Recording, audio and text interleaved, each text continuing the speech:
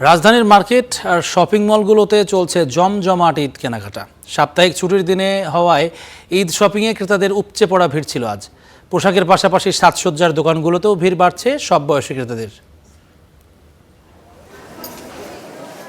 দরজায় কড়া নাড়ছে ঈদ উল ফিতর, তাই শেষ মুহূর্তে রাজধানীর বিপণী বিতানগুলোতে এখন চলছে জমজমাট বেচাকেনা।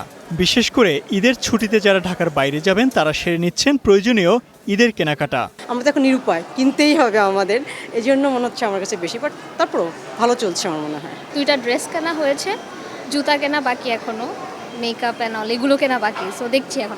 মেয়েদের পোশাকের পাশাপাশি ছেলেদের শার্ট আর পাঞ্জাবির দোকানগুলোতে দেখা গেছে বাড়তি ভিড়। ওদের নিয়ে আসলে প্রচুর ঘুরতে হয়, এটা আর কি। আসলে যারা বিবাহিত তারা আসলে জানেন বিষয়টা আর কি। বাড়িতে বয়স্কদের জন্য কিছু পাঞ্জাবি বাকি আছে, আর সব শেষ মোটামুটি। এদিকে বিক্রেতারা বলছেন গেল ঈদের তুলনায় এবছর বেচা বিক্রি কিছুটা কম, তাই শেষ মুহূর্তে ক্রেতা আকর্ষণে বিভিন্ন ধরনের অফারও দিচ্ছেন অনেকেই। যে ডিজাইনগুলো কাস্টমাররা বেশি লাইক করে ওই ডিজাইনগুলো আমাদের কোম্পানি এবার দিয়েছে, তো মোটামুটি কাস্টমারদের রেসপন্স ভালো এবং আমাদের সবচেয়ে বেশি পাঞ্জাবিটার প্রতি সেল হয় বেশি। তো লিপস্টিক, লিপ লাইনার, তারপরে আপনার নেল পালিশ, কালার কসমেটিক আর কি বেশি চলে। এদের জন্য এরা সবসময় গরম আর শীত নাই, সবসময় এদের চলে। পোশাকের পর্ব যারা শেষ করেছেন তারা এখন ভিড় করছেন কসমেটিক্সের দোকানগুলোতে।